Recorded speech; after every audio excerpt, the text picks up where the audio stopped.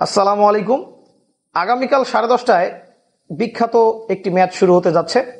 Bangladesh taking on Sri Lanka at গল।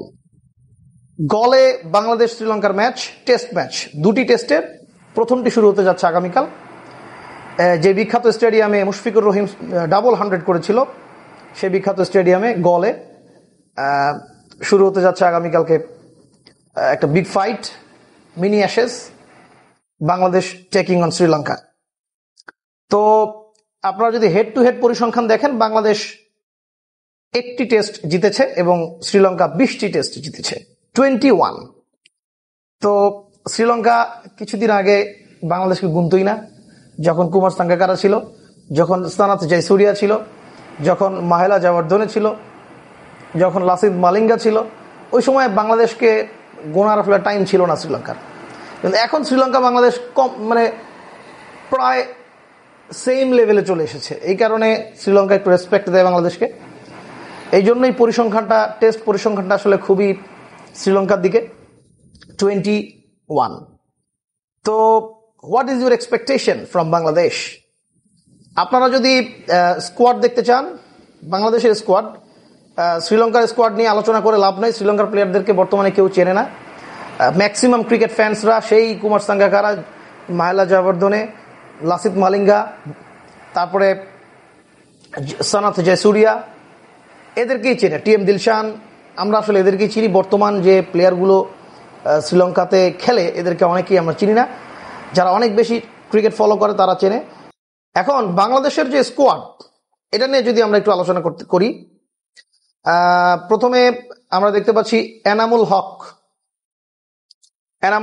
এনামুল হক একসময় বাংলাদেশে white ball ফরম্যাটে ওপেন করতো, বাট ছেলেটা আস্তে আস্তে হারিয়ে যায়।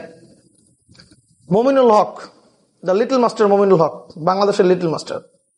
Mushfiqur Rahim, another little master, double 100 করেছিল এই গলে। Najmul Hossain Shanto, the captain, the skipper, the man, the myth, Najmul Hossain. Sadman Islam, opening batsman. Mehedi Hasan Miraz, সবচেয়ে বেশি ট্যালেন্টেড অলরাউন্ডার মেহেদী হাসান মিরাজ, বাংলাদেশকে অনেক ম্যাচ জিতিয়েছে Mehedi Hasan Miraz. Zaker Ali, wicket keeper. Liton Das, wicket keeper. Mahidul Islam Ankon, আমি একে চিনি না, আপনারা যদি কেউ চেনেন আমাকে একটু চিনিয়ে দিয়েন। এবাদত হুসাইন, ফাস্ট বলার, স্পিড খুব ভালো। Hasan Mahmud, fast bowler. Khaled Ahmed, fast বলার।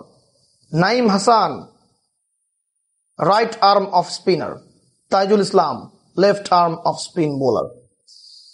তাইজুলের বলই একমাত্র কাজ করবে গলে, আর ফাস্ট বোলাররা ইচ্ছা মতো মাইর খাবে, এটাই এক্সপেক্টেড। দেখা যাক কি হয়। বাংলাদেশের স্কোয়াড আপনাদের কেমন লাগলো? এবং আমি জানি যে এই বাংলাদেশের ম্যাচ খুবই কম মানুষ দেখবে, খুবই কম।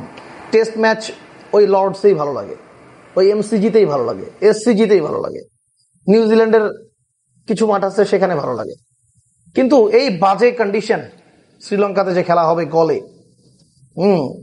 আইদার স্পিন কাজ করবে, আদারওয়াইজ রানের উপরে রান, বন্যা হয়ে যাবে রানের। তো এই ধরনের কন্ডিশন আসলে কেউই পছন্দ করে না। টেস্ট ম্যাচ দেখে আপনারা মজা পাবেন না, that's for sure. But just watch the score card.